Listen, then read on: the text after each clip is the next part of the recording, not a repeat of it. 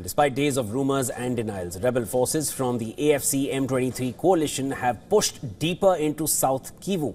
These are rebels allegedly being backed by Rwanda, pushing further into DRC. On Tuesday, the rebel fighters entered the strategic border city of Uvira in Democratic Republic of Congo, with fighting between Congo's army, local militias and M23 rebels continuing, triggering a mass flight of civilians into neighboring Burundi. Commanders of the rebel group, they accused Congolese government troops and Wazalendo militias of sowing chaos in Uvira. Movement coordinator Cornel Nanga said that Burundian troops had withdrawn, leaving what he called abandoned civilians facing renewed clashes in South Kivu. But the news we have today is that, with the withdrawal of Burundian forces, the FARDC and Wazalendo first started fighting each other and were fighting over various things. Apparently, they are now abandoning the city out of fear. So the situation is such that the population is left to fend for themselves and abandoned. You might ask what we're going to do about all this. We protect the population and we will not allow this chaos to continue for long. We must organize ourselves to restore order. The city of Uvira is significant for DRC. It is the second largest urban center in South Kivu, with its location near Lake Tanganyika and Burundian border, making it a key hub for fishing, transportation and trade. Uvira is also a crucial point for regional security and refugee movements.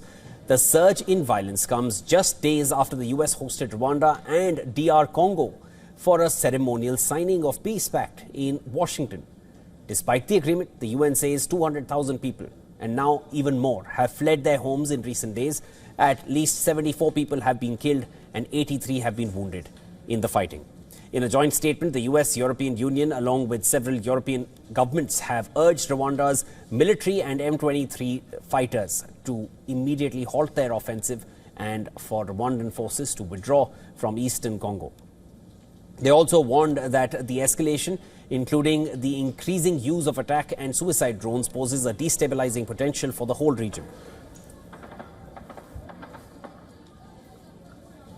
Rwanda has denied supporting M23, but the US and UN say evidence of its backing is clear. And there's more on this from our correspondent Louisa, who has sent us this report from Lagos on the M23 rebels capturing key DR Congo city of Uvira.